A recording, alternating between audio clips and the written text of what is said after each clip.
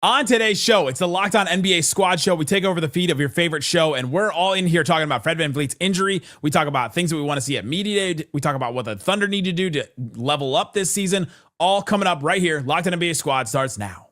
You are talking ball with the NBA Squad Show, sponsored by Game Time. From the Warriors to the Lakers, the Knicks to the Heat, and everyone else in the league, the local experts of the Locked On Podcast Network bring you all the scoops, breakdowns, and the most comprehensive look across the league. Trash talk and big takes included. No holding back, we're giving the green light. It's time to talk NBA Squad Show. And welcome into the Locked On NBA Squad Show, where we take over the feed of your favorite show. I'm Nick Angstead, host of Locked On NBA Game Night, Locked On Mavs. I'm joined by some of the greats on the Locked On Podcast Network. From Locked On Magic, Philip Rossman-Reich. How are the Magic? Is it magic down there? It's magical. Well, you know, we're eager to get this thing started after the summer they had. From the reigning champion Thunder, Locked On Thunder, Rylan Stiles. Does the trophy still shine, or have all the fingerprints dinged it a little bit? They have a professional cleaner every night, so it's still shiny and new. And the host that everyone loves to hate, Matt Moore from Locked On NBA Daily, Locked On Nuggets. Matt Moore, how goes Denver? Good. They're excited. I'm the only person that has a fall happening right now. The three of you are with no fall. So the leaves are changing. It's like 70 degrees outside. It's crisp. It's pumpkin spice season for those that partake. It's great. I'll join you in December here from Dallas. What is a fall? January 1st. We may end up somewhere completely different, like we do on the Squad Show. But let's talk about Fred VanVleet. Let's talk about his injury and how it affects the entire Western Conference. Because to me, I think with the Fred VanVleet injury, they lost their most valuable player. Like, Kevin Durant is their best player for sure. Amin Thompson is probably their most important player going forward. Şengün could be their best player this season if KD takes a little dip down because of age. But I think Fred VanVleet was their most important player. Danny Cunningham, Locked On Cavs, joined in. As soon as I was done with the introductions, that's how I wanted to do it. I wanted to time it up to just make you look bad. Are the Rockets no longer contenders? I mean, I think that they're going to be really good, but like, I don't view them as a team right now because of the FEV injury. And even before, I just think it's really unlikely that somebody other than Denver or OKC comes out of the West. I don't think that they're capable of winning the title this year. That doesn't mean they're not going to be really, really good. I think they are going to be really, really good. But I just don't know that they're going to have enough to hold up in the playoffs, because I just think that ball handling and playmaking really matters in that setting. And without Fred, I think the Rockets they don't have enough in that category. Now, of course, they can go out and make a move, but teams that make moves in season very rarely win the championship too. So I would say no. So I think maybe one of the interesting questions here is to frame it. We're basing this off of known knowns. I have a really hard time with preseason, because everyone gets together and we all agree these teams are going to be good, these teams are going to be bad, these teams are going to be mid. And then oftentimes, like, we all knew the Thunder were going to be great, and they were great. They were better than we thought, though, right? And we all knew that certain teams were going to be bad. We didn't know they were going to be that bad, right? The Jazz weren't supposed to be that bad, but it's those outcomes that we don't expect. And what's part of it is you almost have to plug in. I do this kind of exercise with every team I evaluate in preseason. How many ifs do you have? And the good news for the Rockets is actually that they have a lot of positive ifs in this situation. Like, yes, losing FEV is terrible. If Amin Thompson makes a huge jump and he just, like, his 3-point shot comes around and he is that two-way menace, okay, that fundamentally reshapes what they're going to be. Like, if he's a most improved player leader, that changes their conversation. If Alperen Şengün surges off of the run by Turkey this summer. Hold on, I'm going to call Jackson real quick just for a correct pronunciation of Turkey. Then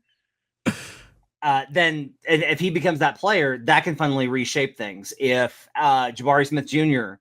makes this kind of a leap, there are these kind of things that can compensate for the Fred VanVleet injury. They are going to miss, like, the setting the floor, the ability to be a guard that's like, I will bring the ball up, I will give the ball to Kevin Durant, and I can space appropriately around him and act as a secondary playmaker. They do not have that right now. And that's big, but it also, their formula was always going to be kind of Thunderish, where it's like, hey, we've got like one amazing individual isolation player, and then like our general offense is pretty good because we always get stops, and so we're always going against a rush defense. But really, the answer is like we win because of our defense. Like that was always going to be their answer. So I think that I still consider them to be a serious threat. But now it's like you don't have the finished product coming in. You're going to have to figure that out by the end of the year. And it just became harder for them. Yeah. Yeah, I feel like with Houston, they need that guy, though. It's not like they're a veteran group that's been there before. Yes, they made the playoffs last year. Yes, they were the 2 seed. And I think we kind of forget how good they were last year. So I don't think they'll take a step down to being like, they're still going to be very good, as everyone is saying here. But Fred VanVleet does something that I think very few players on that Rockets team do. He's a 3-point shooter. He's a legitimate 3-point threat. They were, I believe they were near the bottom of the league in 3-point shooting last year. Not as bad as my team, of course, because no one's as bad as my team. But they were not. There was a team in Dallas that may rival that this year. We'll see. Okay, then do it for 10 years after this year, and then do 10 years for 10 more years. But when Houston got to the playoffs, it's one thing to get through the regular season. Getting to the playoffs, that's where they really need a guy like Fred VanVleet to kind of balance things out for their star players to be star players. And, Houston's going to be fine. They'll probably still be a home court advantage team. Like Matt said, they're going to have to figure some things out now. But their goal is to win a championship. And I just don't know if they have it right now. Again, maybe guys develop, but that's not a team with a lot of like true point guards on that team. Like Fred VanVleet was one of one to make that system work. And I think one of the things too that matters here is you have to look at what their potential path would be. And Oklahoma City is very obviously standing in their way. And I don't think that you can beat the Thunder unless you have a lot of really good ball handling and playmaking because of the amount of chaos that their defense causes. I think that you just need to have multiple guys on the floor at basically all times that can take care of the basketball, that can create for themselves, that can create for others. Like that, I think, is one of the biggest things that they make opponents do. They're beatable when you can do that. It's just not very many teams have that formula.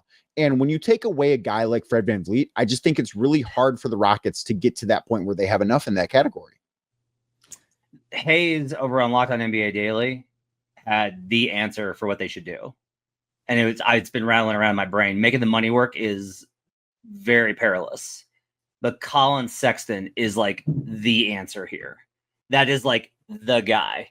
If they are willing to part with one of the centers, Clint Capella, Steven Adams, like let's say Steve-O falls off the cliff this year because Steve-O was amazing last year, but it's always about how many miles, injury status can he play. I think they call it a ledgie in New Zealand. A what?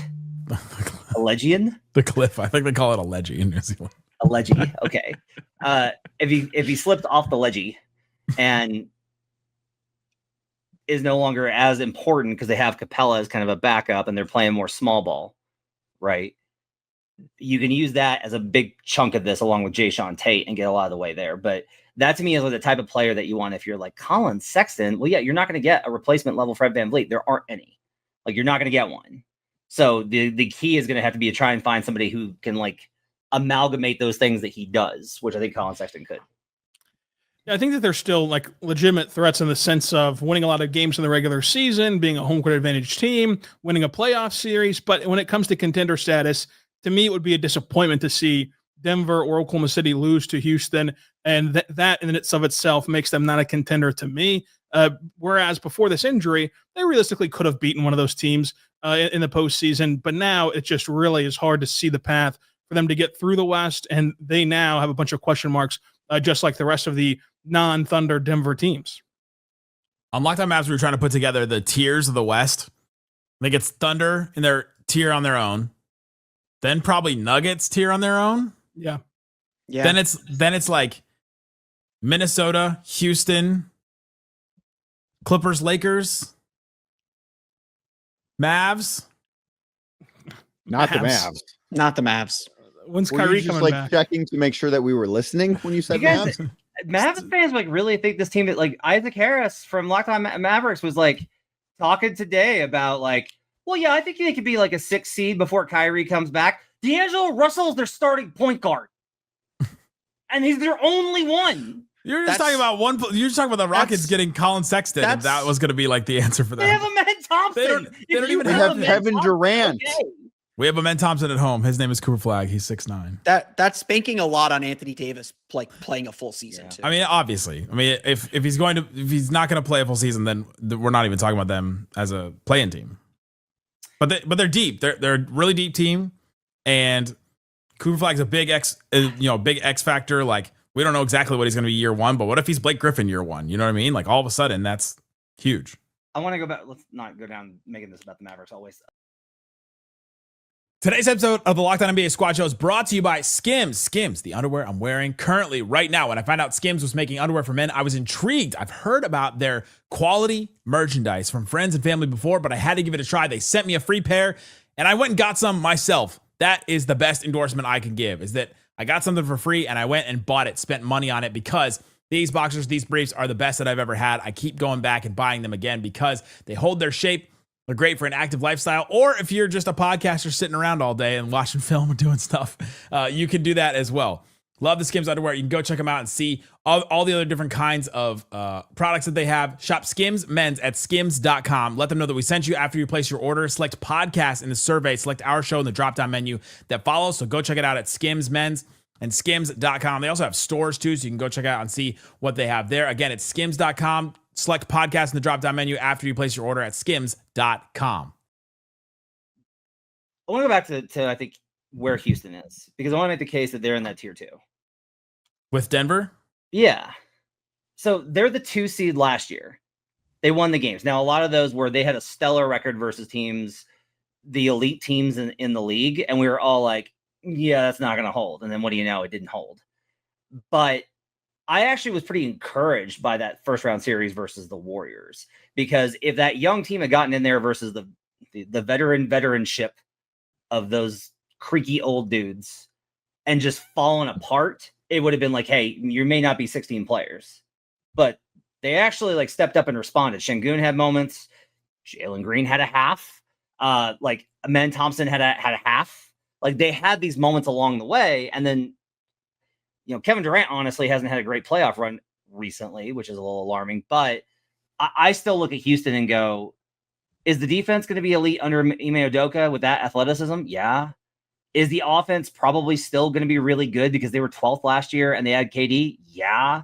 Like Fred VanVleet is the type of player that I always think is super valuable and nobody pays enough attention to. And the numbers always bear out how important he is. But if we're looking at the rest of the West, I think the rest of those teams all have like big, glaring, flaming issues more than Houston does with the loss of their, secondary playmaker, spot up floor general.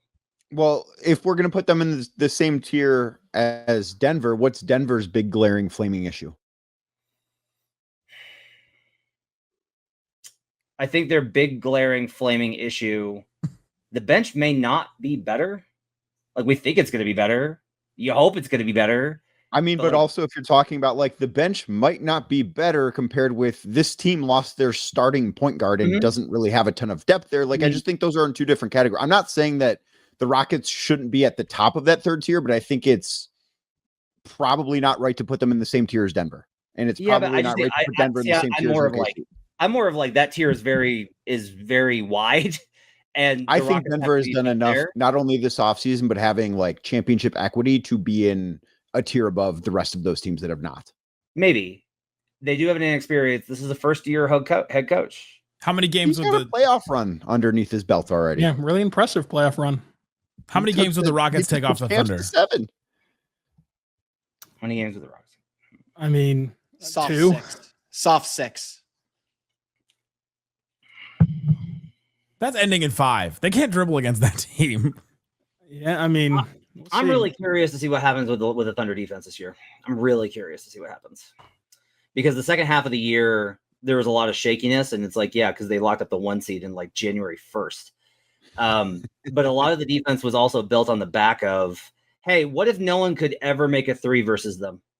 Like, doesn't matter if you're how open you are, doesn't matter if you shoot from the corner, doesn't matter if you're creating good looks. Like, no, you're just gonna miss every 3-pointer. That's aura defense. There's also the thing of like every team has probably spent the entire summer watching the Thunder and figuring out what they do. And I think this happens with every champion because it's a copycat league. Everyone's going to try and copy what the Thunder are doing to some extent. And someone's going to figure out a way to like frustrate them. And that's probably Dallas because they seem to always frustrate them. But wow. someone's gonna hit on something. And the moment they hit on it, it's going to spread like wildfire throughout the league. Now, I'm not here saying the Thunder aren't the favorites to win the championship. Like they're the favorites to win the championship again. But this is what happens in the league. I think the question for OKC as they defend their title is, how do you evolve? Like, how do you kind of keep innovating and keep doing something different? Because you can't win a title doing the exact same thing. That it doesn't work that way in the NBA. Yeah. Ryland, I mean, full story. Yeah, I don't know. I mean, it's just a topic where it's like, they had the historically great defense last year. They brought everybody back from that historically great defense with a bunch of guys whose DNA is bred in defense. And they're going to have to make an adjustment at some point this season for sure. I mean, they're going to see teams throw different things at them, and then how they adjust from there. We don't know if it'll be positively, negatively, but we'll have to just see. So I am also very interested in it. Are there problem of more concerns in Oklahoma City, or do you feel like they're all locked in on a second championship? I mean, it's not locked in because it's just so hard to win a championship. And I think that it would be a little dishonest to say that. I do think they're the favorites to win it, but we've done this the last couple of champions as well. The Celtics were the obvious favorites. The Nuggets were the obvious favorites.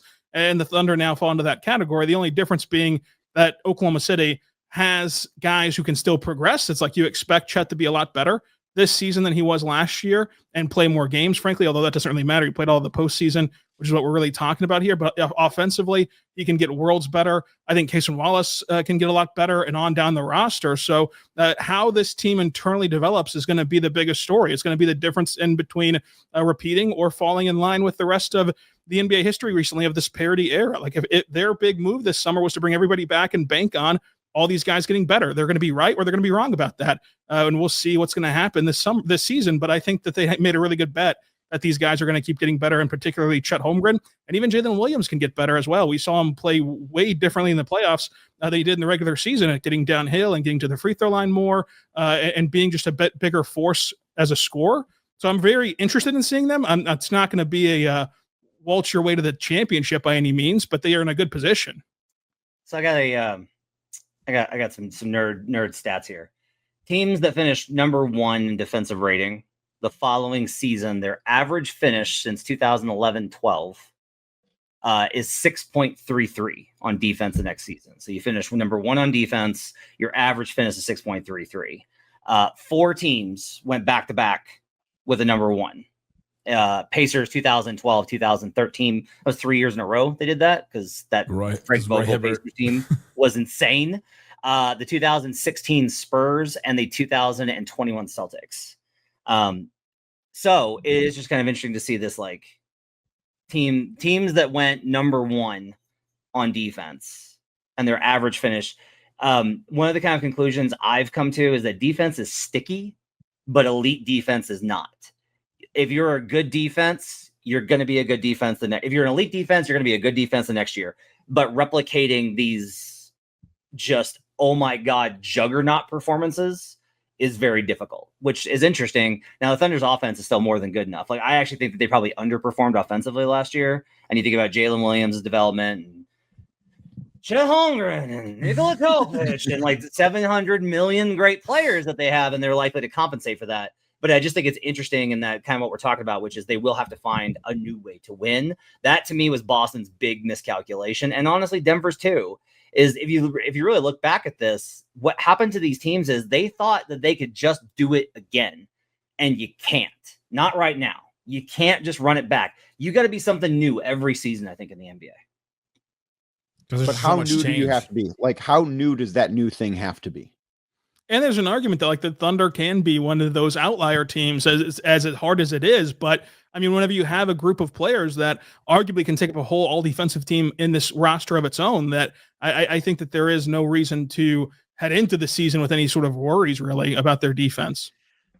I think the big thing and kind of the big takeaway on that is that, you know, the other aspect of it is you just don't know what's going to happen during the season. Like, knock on wood, someone, Shea could miss 30 games, for whatever reason. It could be fine for the playoffs, but things happen during the course of the season. Every season is different. You don't just run it back because something always happens that you have to be able to navigate. And I think that'll be a factor in this as well. And then again, like, it's hard to be that intense on defense. And I think it's a test for every team defending a championship. And it gets to what Matt was saying. You have to have the energy to do it again. You have to have the desire to do it again. And you hear this from every single team that wins a championship and every single team that wins multiple championships. They always say the second one's harder than the first one because you got to find the motivation. I mentioned the problem of Moore. These are a lot of young guys and they've been very, very selfless. But at what point does someone say like, hey, I want my turn. I want to get mine a little bit. I got to, Chet and Jalen got their and J-Dub got their contracts, but does that play into things as well? How committed are they to doing this again? Or do they go into that thought process of, oh, we're not running away with the 1 seed. We're fine. We can let some things slip. We'll focus back up in March. That's where a lot of these teams slip up and get burned in the playoffs and why the champion always loses in the second round. And that's where it's going to be difficult for the Thunder to lean on their foundation of ever since Mark's taken this job, even whenever the team was winning 20-something games. He's talked about being, 1 of 82 and 0-0 and stacking days and all that stuff that gets monotonous, but stuff that you can see that they've really bought into. Can you keep that same level of buy-in after getting your accolades? I'm not in their brains. I have no idea. But I mean, I think that the proof is in the pudding for now of that they still showed up to work every night. And we talked about it on the various shows on this network whenever they were winning 20-something games, that they were a tough, bad team back then. So they showed up then whenever there was no motivation at all. And the guys that were playing weren't going to even be in the NBA the following season. So we'll see if they show up now on the quest to defend their title. Today's episode of the Locked On NBA Squad Show is brought to you by FanDuel. The NFL season is here. NBA season is right around the corner. Make sure you're ready for kickoff or ready for the tip-off with a can't-miss offer right now. New customers can bet $5 if your bet wins. You'll get $300 in bonus bets to use across the app on anything. If you're looking at some NBA stuff, you can go look at awards. SGA, plus 150. He's the favorite to win MVP. Jokic, plus 350 to win MVP. He's second. Luka Doncic, plus 350. I don't think those odds are going to be any worse throughout the season. I think this is the time to get in on that one. Giannis plus 1,200. Victor Wembanyama, long shot, but plus 1,200. Same odds as Giannis. Is kind of wild. Anthony Edwards, he added a post game to his game. Plus 2,500 on Anthony Edwards. And then Kevin Durant plus 5,000. That would be insane for him to do that. Go check out and see what else is available on FanDuel. If you're ready to play, download the FanDuel app today by visiting FanDuel.com and get started. That's FanDuel.com to place your first $5 bet at FanDuel. Please gamble responsibly. Speaking of like wanting to become something different, this is where I'm really hoping the Cavs recalibrate back, Danny, is, they were so good defensively under Bickerstaff. They're right. So good defensively. And I really did I kept waiting for them to turn that corner and maybe pick it up and look more like that. And that never really happened. They made a jump where they landed, I think they were top 8 at one point for a while. Like they were surging for like a little bit, but it wasn't ever like this elite defense. And to Philip's point about how much energy it takes, it's so hard to be a great offensive team if you're great on defense, because it's such a grind. And right. It felt like the offense became a little bit of a crutch for the Cavs. And I'd like to see them rebalance things this season a little bit. I think that needs to be part of their goal. Because last year, and the Cavs have, since Evan Mobley's been there, they've gone into it being like, we are a defense first team. And for the first few years, they were like his second year in the league, Donovan Mitchell's first year in Cleveland, they were the number 1 team in defense. And then the year after that, I think they were 7th, but Evan Mobley missed like 8 weeks throughout that season. So like that, I just don't necessarily read into that drop off because you lost a guy that was defensive player of the year finalist the year before. But I think last year they figured out pretty early that's like, oh, we're sick offensively. Like we can just outscore teams. And Matt, I'm sure you can think back to this, but like they played a game in Denver and it was in, I believe, December when they went out west. It was right around Christmas and they beat the Nuggets like 149-135 in a game that did not go to overtime. Like they almost scored 150 points in a regulation game. And management and the coaching staff was not too thrilled about that because they gave up 135 points. But I think there was this thing, like, we can just score more than anybody else in the league. And to be fair to them, they had the second most efficient offense in NBA history last year. So they could do that. But I do think some of the changes that they've made, particularly to some of the role players, do tend to lean towards defense just a little bit. Like, and you can't count on Lonzo Ball a ton because he's played 70 games in 4 years. But replacing Ty Jerome with him in the rotation is a really big step up for them defensively.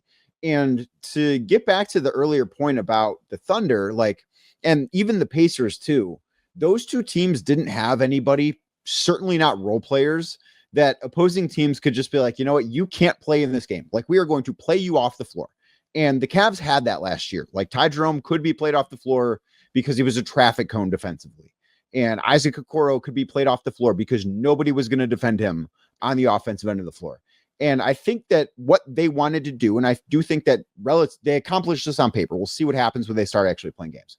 But I think what they wanted to do was just build a roster where the only guy that is truly a one-way guy is Darius Garland, because he's just small and never going to be a good defender. And I do think that, like, he and Donovan at least give effort, even if they're not great defenders.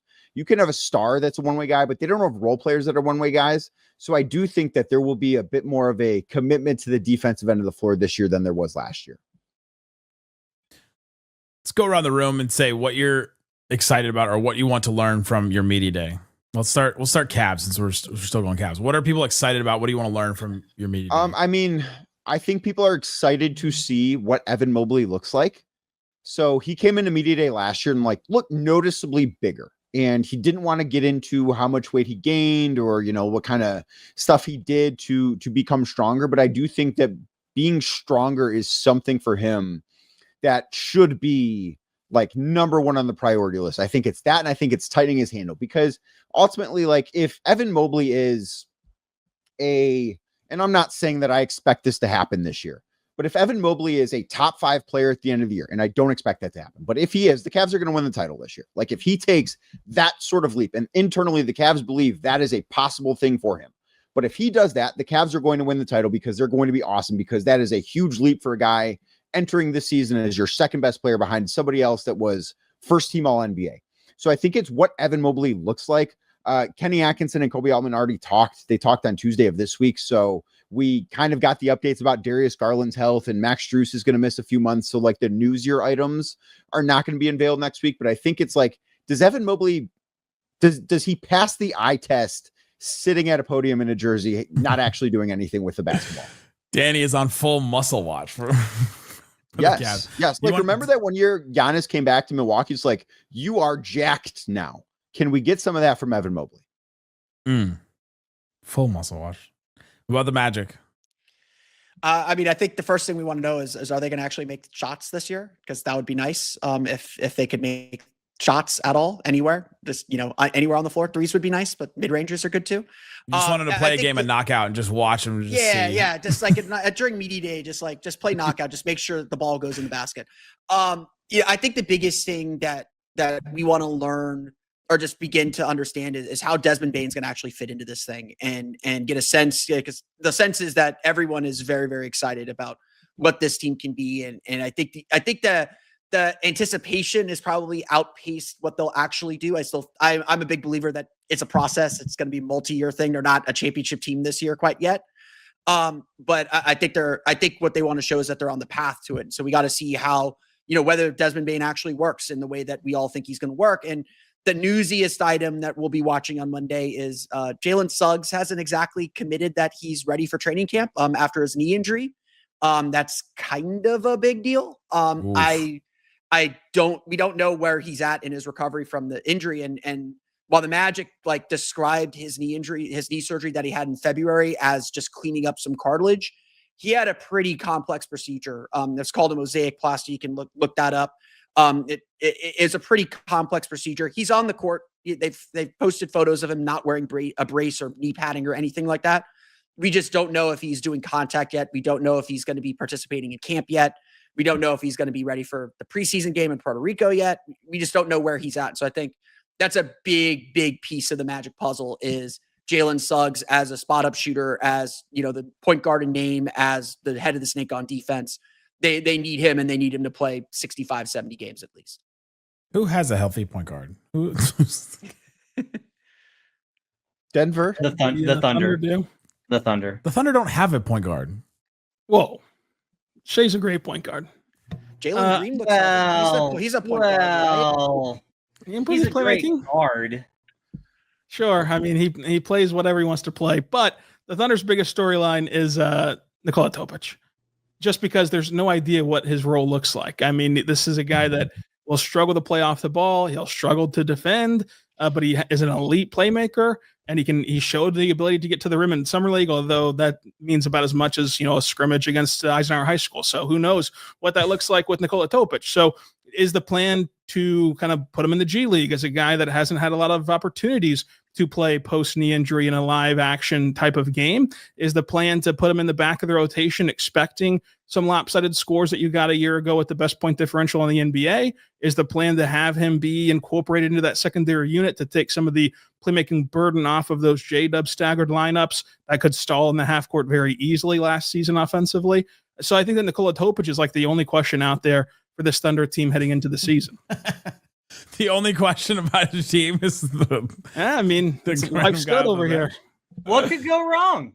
Do you like what you saw? Everything could go wrong. I mean, the whole team could get injured. We could all die in a plane crash. Who knows? But I mean, as of this very moment, that got dark. Did we just learn Rylan rides on the plane with the team? Like, as of this, no, I do not. As of this, I actually had to drive the replay game. But as of this moment, there's not a ton. Now, there's going to be questions pop up throughout the year. They're not going to go 82-0, and they're not probably going to go wire to wire with the 1 seed even. They might lose opening night if you look at the history of champions on ring night. So again, this is not to say the Thunder are going to be awesome, but heading into the season, that's like the biggest storyline, which is a good spot to be in. What a storyline. What to be Ryland's infuriating because he manages to deflect all criticism without ever boasting, and he projects supreme confidence, but it's all like hidden behind a very who knows what could happen? It's like measured boasting. I'm a very measured person. You might win. Crazy things happen. Yeah. Nuggets is there'll be questions about David Adelman and kind of his plan for reshaping things because he's whole new staff. Will Jamal Murray continue to stagger with the second unit? But to me, the biggest question is just like Joker is at a point now where he has very little patience, and that he exuded that last year. I think Nikola Jokic had what is probably, it's debatable, but it's probably the best single offensive season in NBA history last season, and was miserable the entire time because he knew that team wasn't good enough. And he was constantly frustrated, and that's not how he wants to play. He does not want to average what he averaged last year. He does not think that is how basketball should be played. So if Joker comes in to media day, if he arrives, because he's going to come literally from the airport and will be there exactly 15 minutes after when he's supposed to be. Takes a while for a horse to get from that. And over the sea. It's Denver. They have horse lanes. And Over the sea. if he comes in and is like, I'm really excited. Like, I think that he does indicate how he feels about things. So if he comes in and is like, there's that sense of we're going for it. He'll always be like, we'll see. Like the moves are good, but you have to do it on the floor. Like he's very measured in that way. Him and Rylan will get along. But if he comes in with a better attitude, it's going to be a big deal. And it's going to be a big lift for the entire team. The other question is Christian Brown and Peyton Watson's extensions and that whole restricted free mess. Will there be any talk about we're glad that we don't have to deal with Michael Porter Jr.'s podcast? Is it? I don't think anybody will mention it because it's weird. I think they all liked Mike. He was frustrating to play with at times. And has certain issues with awareness at times. But I think, I don't think that they're glad he's gone. So I don't think that there'll be a lot of backbiting. I think one of the things about this entire thing with Porter and the podcast is the real problem is that Porter just said all the things that get said a lot in NBA locker rooms. Like he's just said those things. and people that have spent time in them know that. And that's like a real problem. And if you're going like, well, then why don't you talk about it? Because I'm literally not allowed to. Like, they're on record or they're not. So while I don't like, Porter's comments are obviously like a whole big bag of, ugh, but they're also not unique to MPJ. Did the Nets like skate when their media day with the biggest, most notable thing that Porter Jr. said was that he spends $250 a day in Ubers and Ubers That in is New York. wild. Didn't he said say he's he's still- thinking of retiring? Yeah, he said he's still thinking of retiring. We kind of knew that. Then he's also still splitting an apartment rent with his Yes, with an ex, and he's splitting, not just straight up paying, just like yeah. How's Like- there not a reality TV camera following him at this point? I mean, it's called, what's this podcast How called? come he wasn't on starting five? Yeah, he should be on this year's edition. Netflix. Don't you have to get some subscriptions up? Starting five tries to pick the most boring guys because they won't cause trouble. For the Mavericks, I'm excited to hear the phrase Kyrie Irving is ahead of schedule. That will happen, almost guaranteed. We're doing Locked On Mavs Media Day bingo, and that's my free space. Why? Because they're just gonna say that. I know they're gonna say it. But what if they don't? Like, if they don't, Then you don't get the free space. Then you're not going to win a Yeah, you're not gonna win the. How much bingo. panic though is induced if they don't say it? None for me, because I have low expectations for him. I think he will come back at some The point during the thumbnail year. you're going to make, though, is going to be panic inducing. As the AD is not a center on that bingo card. Yeah, though. The real thing is that I want to know the status of Anthony Davis, because has been back on the basketball court. We've heard him play 5-on-5, but he just posted a picture recently where his eye, I mean, it just looks like, I mean, he looks like a frog. The frogs, like the eyes that are on top of their head that are just like bulging out. Like, I need to know the status of that. He was recovering from the adductor injury at the end of the season. Then he had this detached retina, which I don't know. I don't think he had a detached retina. You can't see out of that eye if you have Is Tio Celis in Dallas now? And so Alien Earth reference. I missed. I have no idea what that is. Missed on me. Eyeball monster. It was crazy. And so I want to know. Where Anthony Davis is, where he is on that, because obviously, like we said earlier, the whole season revolves around him. I don't know if there's anything about Cooper Flag I'm going to learn or hear about or see. Or like Jason Kidd has already talked about it. They want to use him as a guard. That's interesting, but already been said. And that's where I am on that. And then obviously, I think for all of us, there's like hierarchy on where certain players are. Like, do you learn like if a coach thinks of highly of another player compared to another one, like especially the players that just got brought in. Yeah, I think that you learn a little bit more during training camp than you do at media day, just because it's a week long of just asking players about practice, and whoever they keep bringing up is the guy that's kind of performing the best, and especially the ones that they keep bringing up unprompted. So I'm kind of more interested in training camp than I am at true. media day, but still. True. Well, I know the Mavs have gotten together a couple times already, so we could be getting some drops. just as like a little heads up, if your GM and your coach won't do press together to start it, it's probably a bad sign. Small heads up there. What if they don't do press? What if they won't do press together at all? Ever?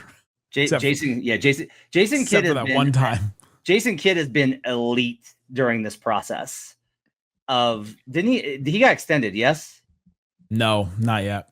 But there was talk about that. Stein There was talk there, but when the Knicks job thing came up, I was just waiting. I was just waiting for that extension to come in, and never did. That's what a college coach would do. He avoided blowback on the Luka thing, managed to basically duck under any of it and avoid any sort of being implicated in anything. Got mentioned for the Knicks job, and then is going to wind up using that to get an extension. It is pro level finessing by J Kidd. Good for him. That's what he does. That's what he does. Gentlemen, thanks for hanging out with me on Locked On NBA Squad Show. Go check out all these great shows. Link in the description wherever you're listening, watching this to find those shows and all kinds of great stuff all over the place. Guys, thanks for listening to Locked On NBA Squad. Go listen to Locked On NBA Game Night, Locked On NBA Daily with many of us on the Locked On NBA podcast feeds.